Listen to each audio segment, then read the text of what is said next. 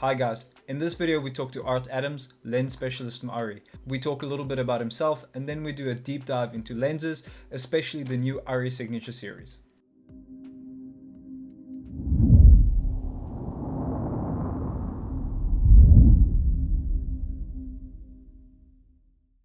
Wow. So I guess at the age of 12, I noticed that my favorite science fiction shows that were British imports to the US had a very different compositional style. And it was interesting because they were doing lots more in depth, a lot less formulaic shooting. So US TV at the time felt very factory-like. It was a wide shot, close up, very formulaic. And the British style was very different. Often like one take shots leading to another one take shot, or lots of staging, camera moves, people moving around within the shot. And it was really interesting. And at the age of 12, I kind of picked up on that. And I started paying attention to different styles from different countries. And I could spot material from the UK, from Australia, which was very similar, but took things a little bit further. The French did something similar, but their lighting style was different in that they tended to light very brightly in the foreground, even if it was moody, and then the background would show all the mood. And there are all these different styles that I picked up on, and I just decided I wanted to do that. So I shot 8mm film and practiced and went to film school, and got out of film school and realized it didn't really know anything practical. I hope your program is a little different. They make about six movies before they leave. Yeah, that's brilliant. Yeah, that's better than my school was. But I made some connections there and managed to get into low budget films, and just kind of jumped in. And I ended up working in LA for about 6 years. I'm from the Bay Area, the San Francisco Bay Area, and I moved back there at one point and fell into corporate and commercial production. And I also did a lot of visual effects work. And then I also became the guy that people would call when they had really weird stuff. Like my last big project was shooting with Facebook's prototype VR camera, which was 16 heliums in a ball. Wow. Which was really interesting. It was like, and nobody had ever shot with it before. It was really fun to figure that out. But I did a lot of writing. A friend of mine got me hooked up with a website, and I got started writing. And basically, I like to really do deep dives into things and figure out what makes things work. Because I started that with lighting and composition, because I don't think of myself as an intuitive cinematographer. And when I saw something that I really liked, I wanted to really drill in and figure out why I liked it, and figure out why it made sense or why something clicked in my brain, because then I could figure out how to reproduce it. Then I started out doing that with film stocks and lenses. And then when video came along, or when I fell into video, learning video cameras, and then those two paths kind of merged, video and film kind of merged.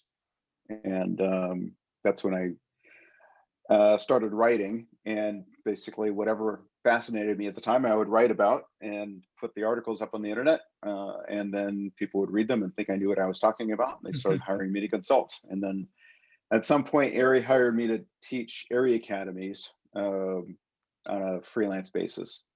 And about 9 months after starting that, they offered me a job, and I figured, well, I've been freelancing for 32 years, maybe it's time to get a regular paycheck. So. Yeah. Well, it seems like it's been a raging success. If you're on Potato Jet's channel, you've made it. He's a cool guy. I like him. He's good. Do you think your inclination to be a little analytical about how something is working, to figure out how it works, to replicate it, is what helped you in training and in the work that you're doing now? Do you think that's sort of like where that comes from? Very much so. There's a lot of stuff that I learned that's really complex, and I often had to work hard to make it make sense for me. And I discovered that in that process of making it make sense for me, I created kind of a linear path that then allowed me to teach that to other people. So, I went getting myself from here to here. in my own head allowed me to then do the same thing with you know, anyone I wanted to impart the information to. So I turned into a bit of a teacher, which I didn't expect, but it's a lot of fun. I really enjoy it. Yeah. I think that's interesting. That's something that also took me a while to figure out when I started teaching, was like, how do you, this thing, how do you give it to someone else? And I think that's very cool advice. I do want to ask you about shooting on the Mini with different lenses, right? And Uh-huh. taking advantage of that sort of thing. Can we start there? Yeah, please. Is that so that's your is that your question? Because it's a big one. I know, but Uh, that's why I'm leaving it a little bit open-ended, because I'm curious to see where you would start with it, though. you know what I'll do is I'll start with what I kind of figured this out when I started selling the lenses that I'm currently working with, which is the signature primes, because I spent probably the first 6 months of my job reverse engineering them sort of artistically to figure out how they made sense in a cinematographer's workflow. And what I realized is over the years, I've done a certain amount of consulting in HDR. I wrote a series of articles for Canon at one point. And let's see, sorry, lost you. Sorry, I just want to pin you to my screen so I can, there you go, you disappeared. Okay, so I'd done some work for different companies around HDR. And what I had realized is that HDR is such a different thing that lenses make a big difference. I remember seeing, I won't name the manufacturer, but they had a display at NAB one year, and they were showing a lot of HDR footage shot on their own cameras. And one of the shots was this little girl running through a field of poppies. She's just running in slow motion, and the sun's in the background, and there's a shaft of light, you know, a flare hitting, you know, right into the camera. And it was really pretty, but what I realized was the flare was much more interesting than anything else. And that's the interesting about HDR, is the dynamic range. The dynamic range in HD and even in film compresses highlights, and when you compress highlights, you lose color saturation. Yeah. So flares are never as bright and saturated as they are in HDR. HDR just keeps going, and that flare was neon colored, and it was amazing, and it was way more interesting than the little girl we were supposed to be watching. Yeah. So that's when I started paying attention to what lenses do in HDR, and it's interesting because we saw that transition from film lens. Well, in film, you always wanted the best lens you could get. And that's what I found when I was an assistant in the late 80s, early 90s, was that we're always trying to get the best lenses the budget could afford. There was a hierarchy of lenses, you know, can't get these and you'll get these, and can't get these and you get these. Then when we transitioned to the digital, somewhere around 2000, 2005, people said, well, digital's too clean. There's all this stuff in film where there's this, first of all, this disconnect between when you shoot it and when you see it. So it always feels, I mean, there's a magic about seeing it, that image that you shot the day before. And it's never exactly what you expected it to be, but often it's more than you expected it to be. It's always, to me, it was always kind of an amazing experience. And I've talked to a lot of cinematographers who say the same thing. But then you also have grain, you have gate weave, you have all these abstractions that come into play. And in digital, you don't necessarily have that because it's a much cleaner image, and people really missed that. So that's when we saw the move into using really old funky lenses in film to bring back what a couple of cinematographers have told me they consider the happy accident. Yeah. Because they like those weird things that happen that they didn't expect, but that kind of make things better. Yeah, I recently worked with someone who has very molded anamorphic lenses, but the mold's very obvious, and this man loves them. He, you know, uses Interesting. them for Yes. everything. Yeah, so even something like mold, which was a big deal, you know, back then, now you want that sort of thing. Yeah, it's all, you know, what it is it's abstraction, and all storytelling is abstraction. As soon as you tell a story, you're imposing abstraction, because you can never relate like even in a true event, you can never relate the truth of that event as it happened. And then everyone who sees it is going to have a different perception of it. So there's a layer of abstraction and storytelling instantly. And the same thing happens in cinematography. You know, we tell stories, and we use different, we use lighting, color and exposure and camera placement and camera movement and perspective and all these other things to create this abstract mode where we tell a story in our own way. And lenses became a big part of that, because when we lost those happy accidents in one way, we kind of brought them back in a different way. And I did that too. Actually, towards the end of my freelance career, I shot probably a year of commercials on Cook Speed Panchros, which are old, funky lenses, but they did really neat things. And one thing, this director I worked with a lot liked to hang stuff in front of the lens, like right in front of the lens.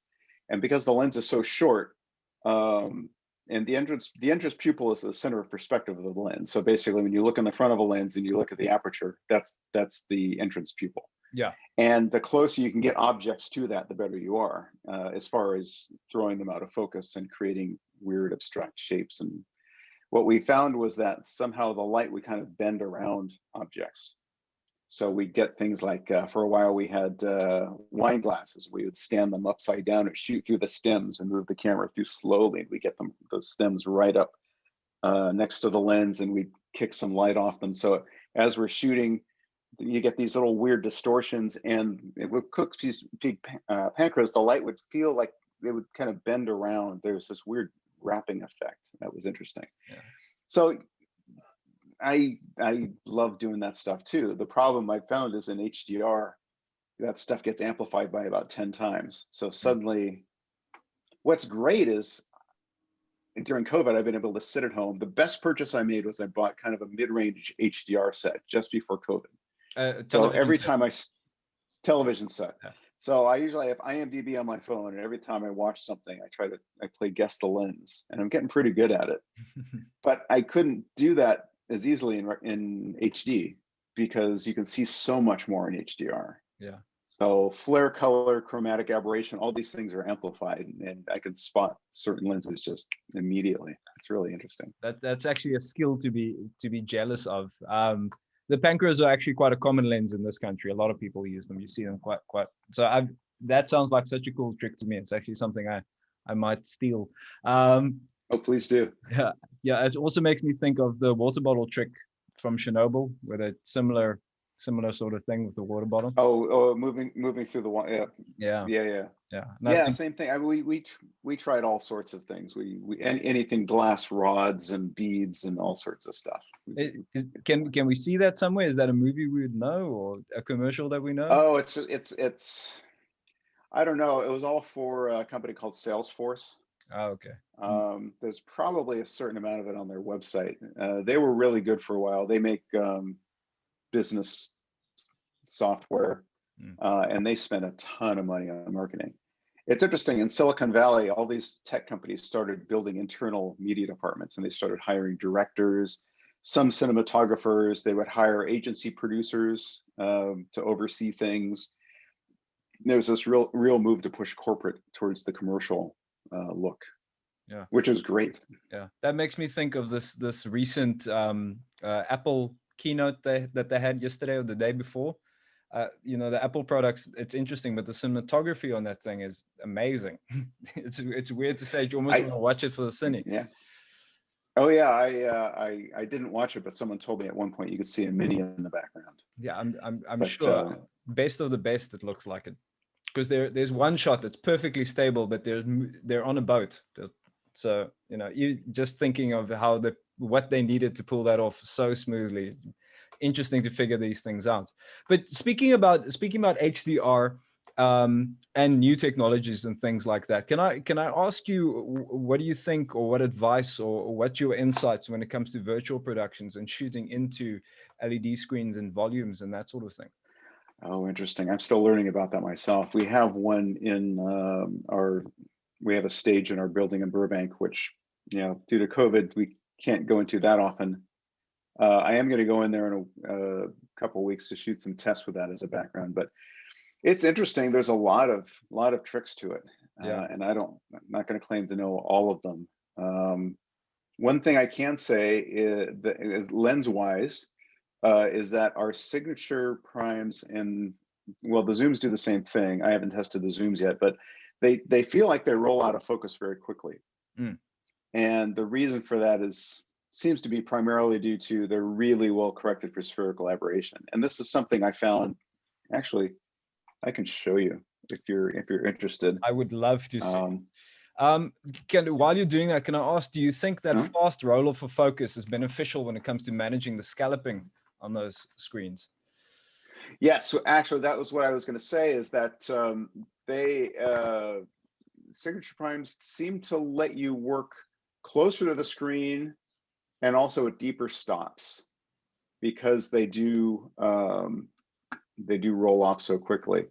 Here, let me.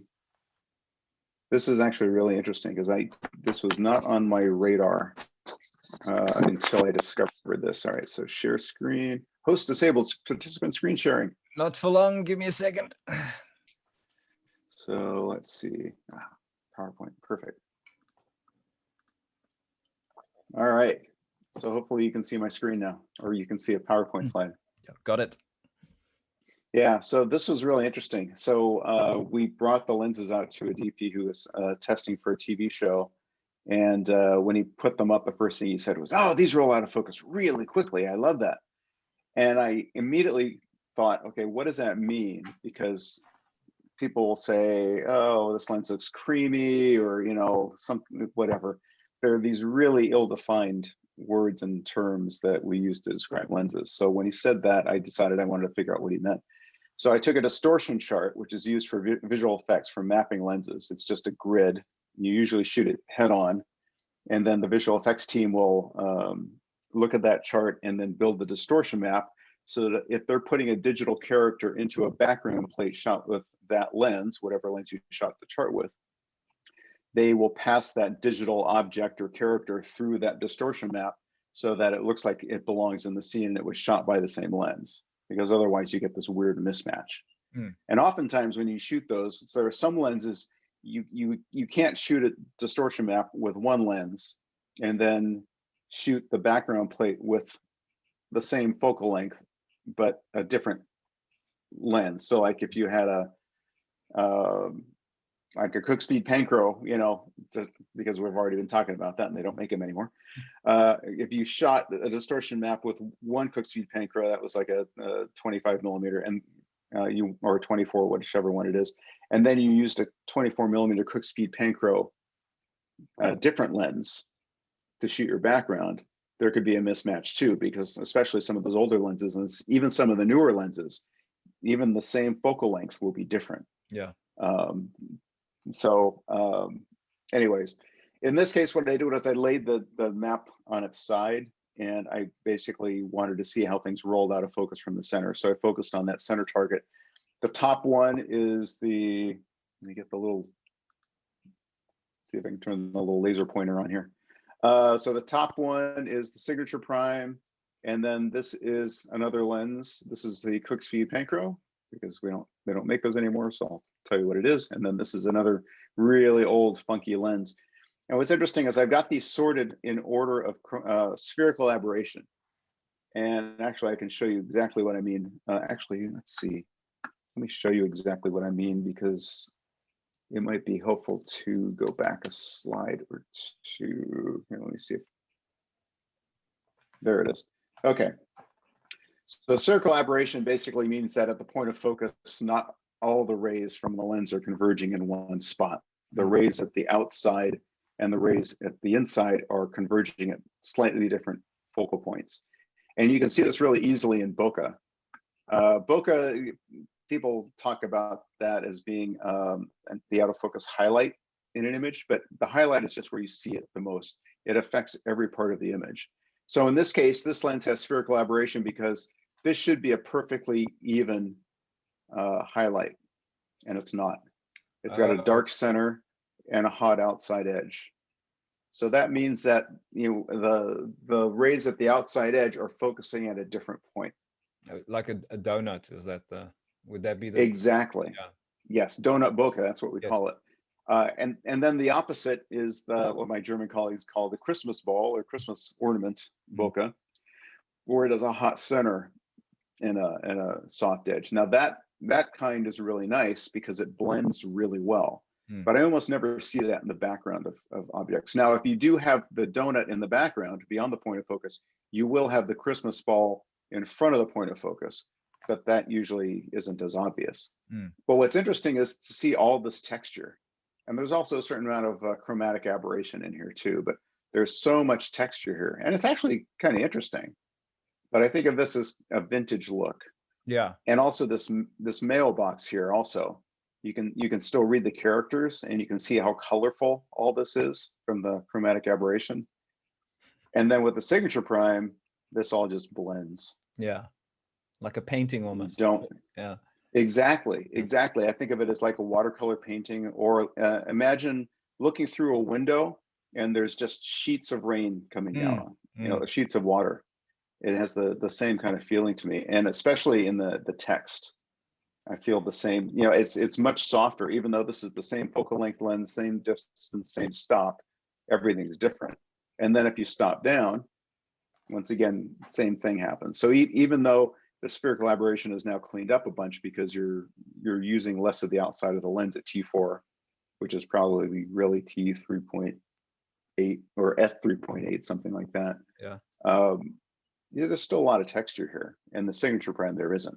So if you have really, really well-corrected spherical aberration, then you end up in this situation where it feels like things roll out of focus quickly, but that's because when you have a lens with that donut bokeh, it actually it feels harder longer. Okay. It stays sharper. So it's sorry to interrupt. So it's distributing your eye more evenly over the image because there's more harder images. So you're not, if I'm guessing, but you're not pinpointing on the singular thing with a hard edge.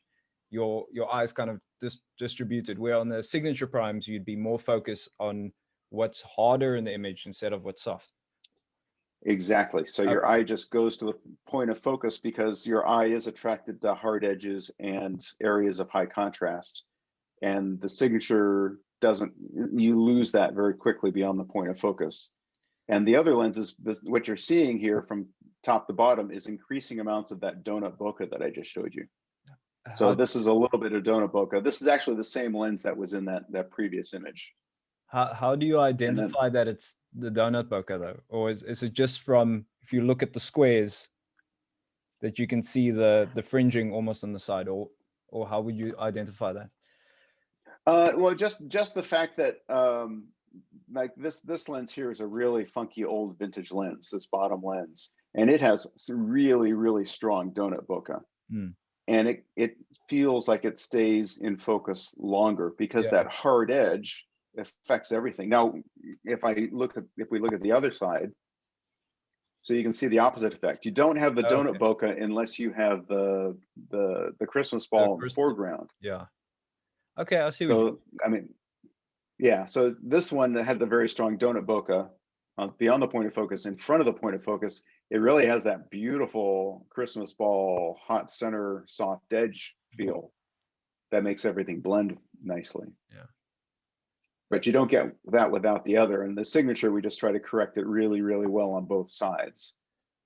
And if I can ask, if you're trying to correct for something like this, how is that? Is it lens coating, or is it a corrective element that's put in, or how does it work? It's just, as far as I know, it's just really, really, really well made optics, including, perhaps A-spheres. There are a bunch of the lenses in the middle of the series of the signature primes don't use A-spheres, so I'm not sure exactly what the magic there is, but yeah, it's from what I understand, it's all glass shapes and glass choices. We use a lot of really high refractive index glass, actually. Let me show you this example.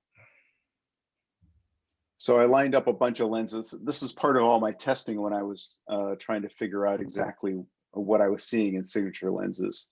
I lined them up with a bunch of other lenses, and these are all common to semi-common large format lenses. A is a really common large format lens. B is fairly common. C is used to be more common. It's not as common as anymore. And what's interesting is that the signature lens is warmer. Well, oh, in trouble. 10 minutes. Would you mind rolling over into another session maybe? It's just getting fun. Yeah. No, I can go up and let's say like until 5 to or 25 past the hour. Okay. And then I just need to grab some more coffee before my next meeting. But yeah, this image is really warm, and one of the reasons it's warm is because we use a lot of really high refractive index glass and really high quality glass that tends to it doesn't pass much UV, and then some of that spills into the blue, so it passes a little bit. It's almost like the white balance of the lens is just slightly cheated warm. And part of the reason we do that is to keep the weight down, because if you're using higher refractive index glass, you can use less glass, but also because it's really, really good at correcting chromatic aberration. Okay. And these lenses I've got a slide for that too, which is really cool. The other thing I should point out while I'm here, so it's interesting because these lenses all felt really cool to me. And I asked our optical team, like, why are our lenses so warm? And they said, well, we're just like slightly warmer than neutral.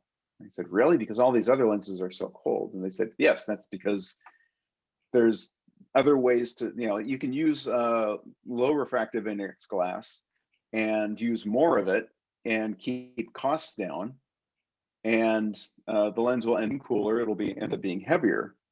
But it's really interesting to see that, there is a range of color here.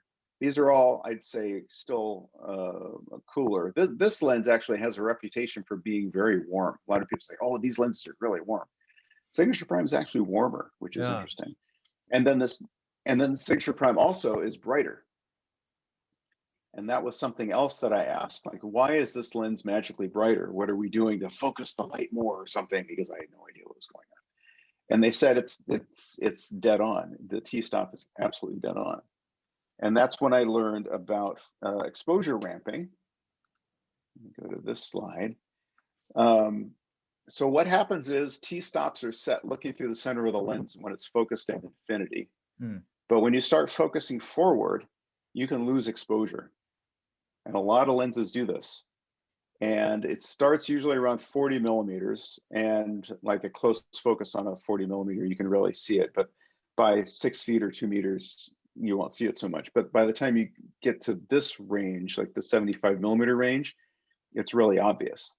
And this is a test I did where I put a piece of typing paper over a matte box, and then I put a sky panel in the back of it to get it as perfectly evenly lit as possible. And I tested the Signature Prime at infinity and 6 feet at T4, and then I did this lens X that I've been using a bunch, and you can see what the difference is. Yeah, and it's probably a half stop. And also, I wanted to make sure. I'm sorry. Go ahead. No, I was just going to comment how wild that is. Because half a stop's quite a lot, because that changes the whole way you would consider lighting. Actually, for me, yes, because you can just see so much more into. You need less light, if you've got that low light definition, if you can keep the detail. And half a stop's quite a bit. Wow, now you've fallen into one of my other traps. Oh dear. Kind of feel like they've set their own purpose. There's a lot of them. Well, so what is interesting is that these lenses, and Shelley Johnson said it really well. He said, I love these lenses journey into black. And what he meant by that is that they have kind of an interesting, they dig deeper into the toe of the image.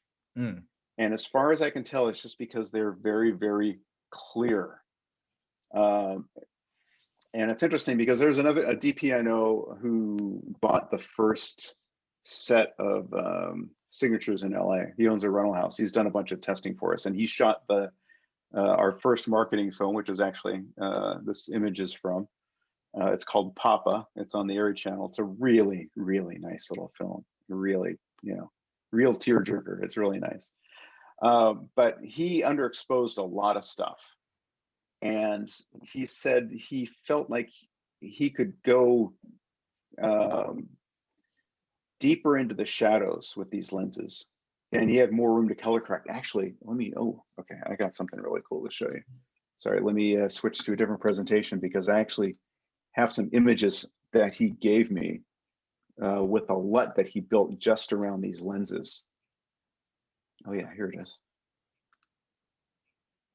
This was really interesting. So, all right, let me get over here, share, bam. All right, so because he owns a rental house, every time he goes off to his vacation cabin in the woods, he brings a mini LF and a bunch of lenses and shoots his kids. Yeah. Yeah. Well, and this is a 280 millimeter signature prime. This is the longest prime that we make, and it's a spectacular lens. And what he did was, this shows a LUT that he's been building, because what he's found is that he likes to underexpose, because he can carry more detail and color and highlights. In color. And with Arri King, yeah, because even when you get to the edge of the log curve, at some point you're going to start clipping a color channel. And every camera does that, but we hide that exceptionally well. And basically it just kind of rolls off into white. But if you kind of, if you underexpose a half stop or 2/3 of a stop, which is what he does, then you carry a little bit more of that highlight. You can hold on to detail longer, and in HDR he's found that to be really helpful. So what he does is he builds LUTs where the top image is what he exposed, and then the bottom is what the LUT did. So he just builds it so that he can underexpose, and it automatically brings everything up.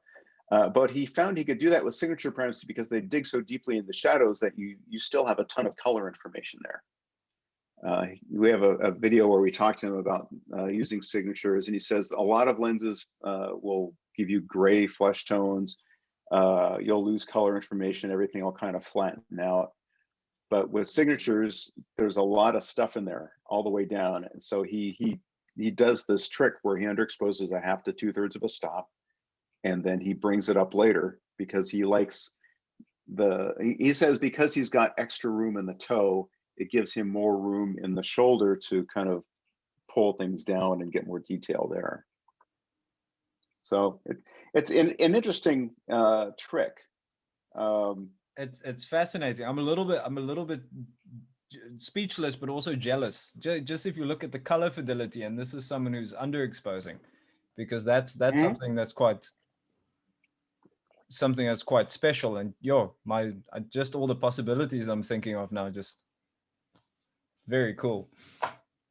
Yeah, it's fascinating to think of, every time cameras and lenses work as a system, and it's really interesting to see what you can get. I mean, in the case of, Arri cameras, you can push around a lot, and there's some reasons for that. They have a very filmic look, but under the hood, in the math behind the color, there's a lot going on that, interestingly, other manufacturers have not figured out how to do yet, which I think is really interesting. And that, I know there are some colors who will actually take footage from other cameras and bring it into the Arri color space in post, because something about that math gives them more room to push the footage around. Oh, wow. So yeah, it's an interesting trick. But then to have lenses that do that for you as well, we've found not only can people get tons of looks out of the camera, but we're finding people can get tons of looks out of these lenses. Yeah. We've been doing some stuff. Let's see, do I have that in this presentation?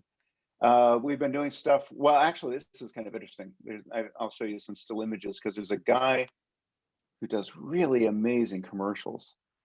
And let's see, actually, I wonder if I have a video. All right, so yeah, let me show you this commercial. I love this spot. I think this guy did just a spectacular job. But what's really interesting for me is the look. So let me share this. And all right, so this spot is mini LF with signature primes. Okay. Here we go.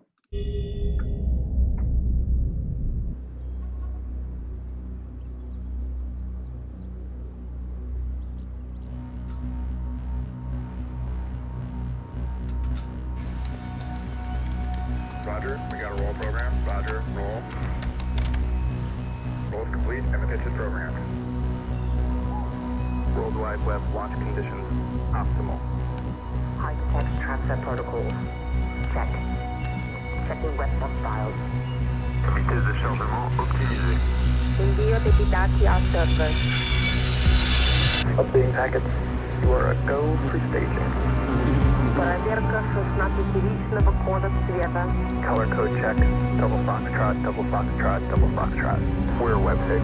T-minus 45 seconds to watch. Load size 512 kilobytes. Check your body copy. Complete. Ascender count 386.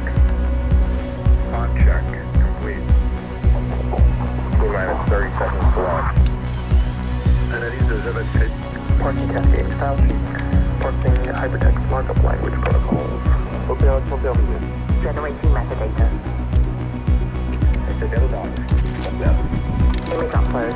38%. Hyperlink. Fox Delta 0. Echo Charlie 7. We're go for countdown. 8, 7, 6, 5, 4, 3, 2, 1.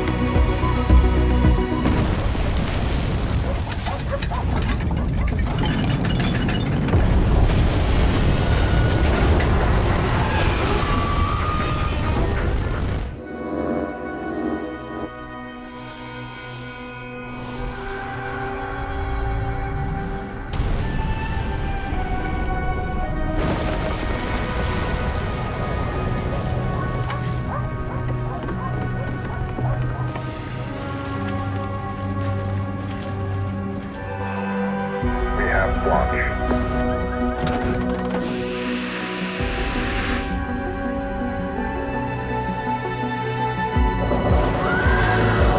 Initiating Squarespace Analytics. Le metriche sono online.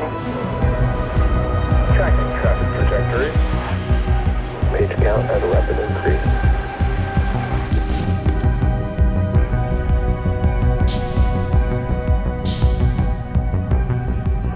You're looking good out there.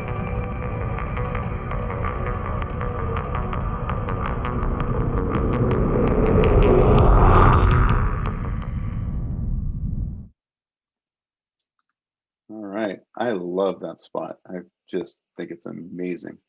And let me show you a little bit why. I've got some still frames. Get back into this. So what this guy did is he started with share screen, PowerPoint, bam. He started with a really clean image, a mini LF and signature primes, and then he created this Kodachrome vintage Super 8 look. When I look at this is like from my childhood, because I shot a lot of Super 8, and it looks exactly freaking like this. The grain structure, everything. And what's really interesting is the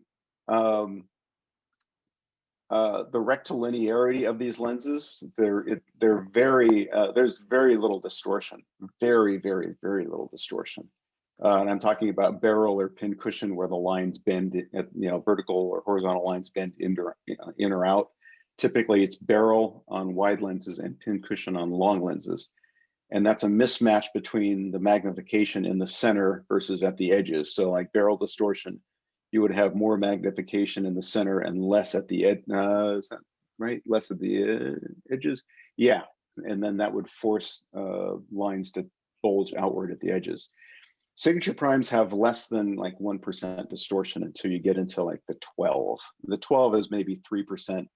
The 15 might have 2%. They're very rectilinear. And that's actually part of the Super 8 look, because Super 8 is such a small medium that when you design small lenses, you can make them rectilinear because they're not that difficult to make. And that was something that I really appreciated about this spot, was that it made me realize that that was something from my childhood that I'd kind of tuned into, but I'd never really been conscious of before. Once again, playing a lot into the shadows. You can pull out a lot of shadow detail. And there's something about, it's interesting because there's a move now, especially in TV, to shoot at extremely low light levels because you can get a better look faster on a fast-paced schedule. And it's interesting because this happened in the 1980s too, when kinoflows were invented and Arri Zeiss super speeds came out. It opened up the T13, and then you also had 400 speed film stock, and all of this kind of converged into a look that carried through into the 90s, where people would shoot wide open with high speed film.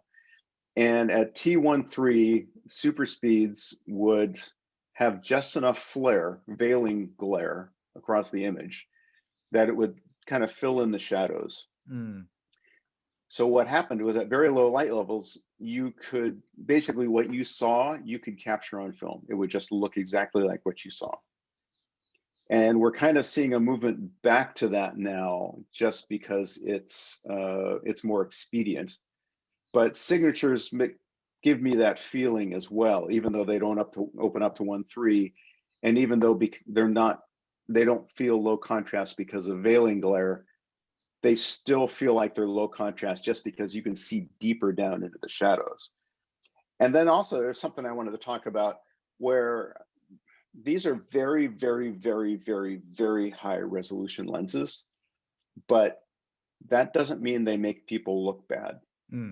You'll see detail, but a lot of lenses, especially the film lenses that Arri used to make, like master primes, have this reputation because master primes were made for film, and in film you're trying to create the most contrast in the coarser line pairs, the coarser frequencies, because film will capture some high frequency detail, but it's really the coarse frequencies that you really want to push through.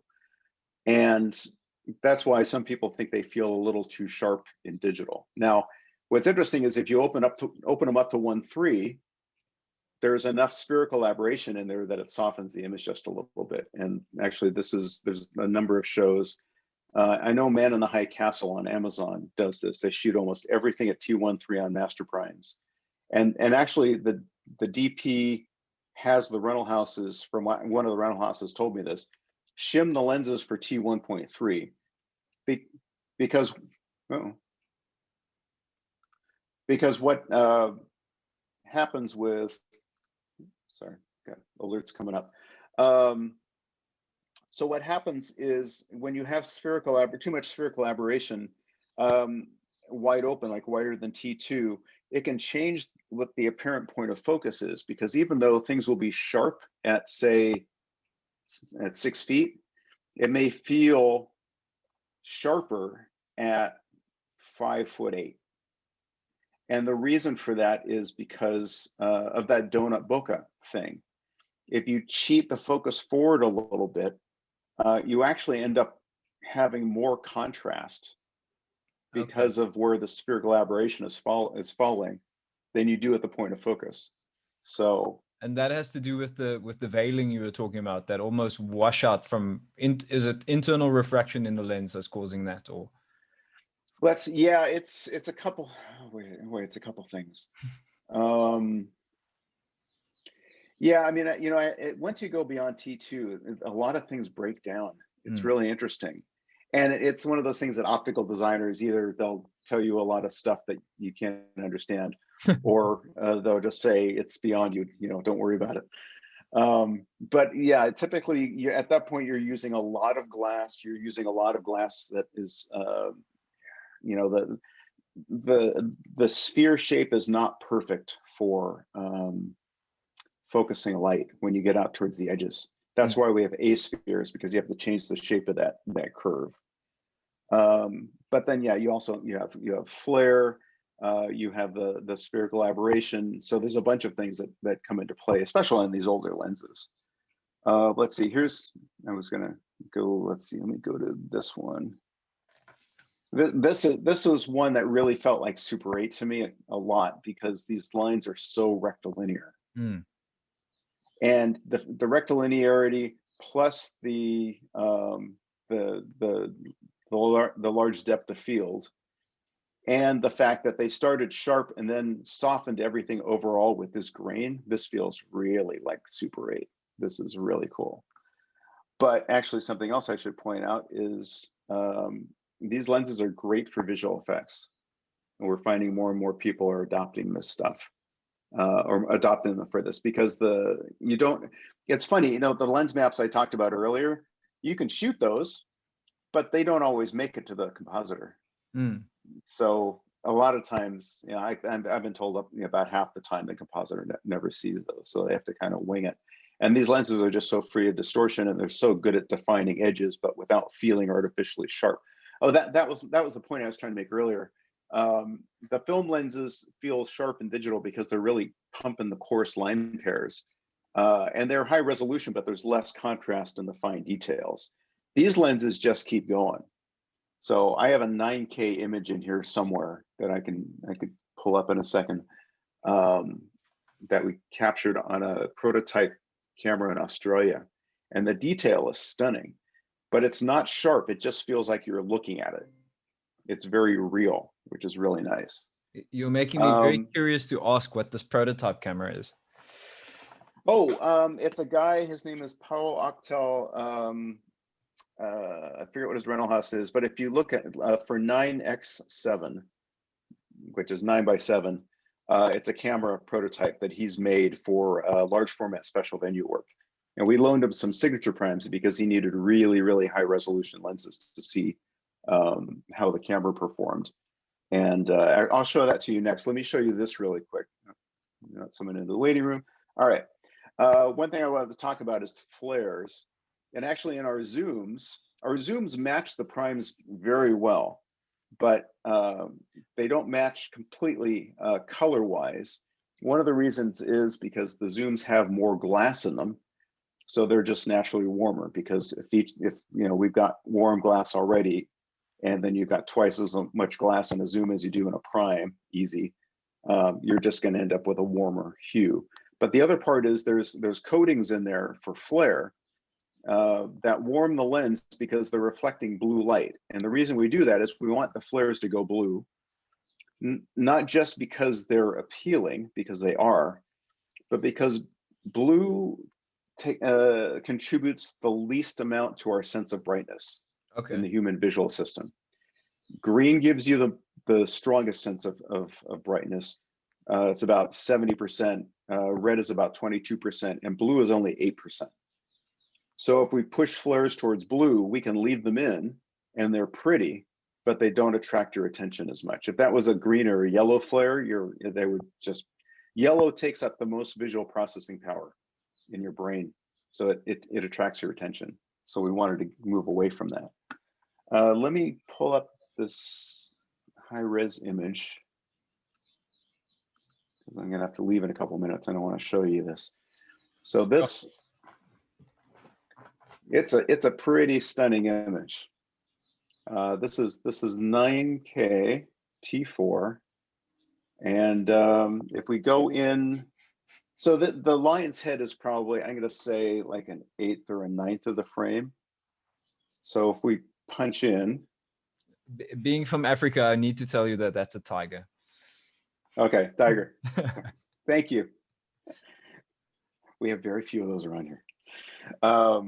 But yes, you can see the amount of detail in there is just phenomenal. And that's a punch in from here. Wow. But it doesn't necessarily look forced. Hopefully this isn't a JPEG, because JPEGs tend to look a little sharper, but there's very, very, very little chromatic aberration. On a lot of lenses over here, you would see just a rainbow of color due to chromatic aberration, and I just don't see that here. I've got examples of that, but no. And this is a cropped image from the wide. This is cropped in, so it's not. Yes, this is cropped in. This is not a punch in. This is exactly the same image. Wow. I've just resized it. So yeah, they're pretty amazing. And the idea behind these is that every way we are looking at images going into the future is going to be more immersive. Mm. And it's easy to make lenses that introduce character. I mean, everyone who has a garage now seems to be making lenses that way. We tend to make products that are harder to make because people still want those, and it's good to have those options. So we're just looking ahead and saying, in 15 years, in 8K HDR, do you want to be looking at a really funky lens, which is kind of going to get in the way of the audience appreciating the story because there's going to be so much stuff going on visually, it could be distracting, or do you want a very immersive look? And then you can always add stuff to that and dial in the level of abstraction that you want. But if you start with a really funky lens, you can't go back. Because that image is amazing because it's sharp, but it's still natural looking. It's not, it doesn't feel like there's any post-processing in the sharpening, it feels stunning actually. Exactly, and that was the idea. Is our cameras feel that way, and we wanted to carry that through to the optics, because we try to make equipment that lasts, but we're trying to make images that last now as well, because every streaming service has a library that's going to go on for 10 or 20 years. So we want to make sure that, Sorry, we just gotta. Can you just mute him there? Cesar, I'm sorry. I was so satisfied with our Cine Altas until I spoke to you. So, thank you. Sorry. But I know you need to go and you've got a meeting now. I just want to tell you thank you so much. This was my Christmas. I had an absolute ball talking to you.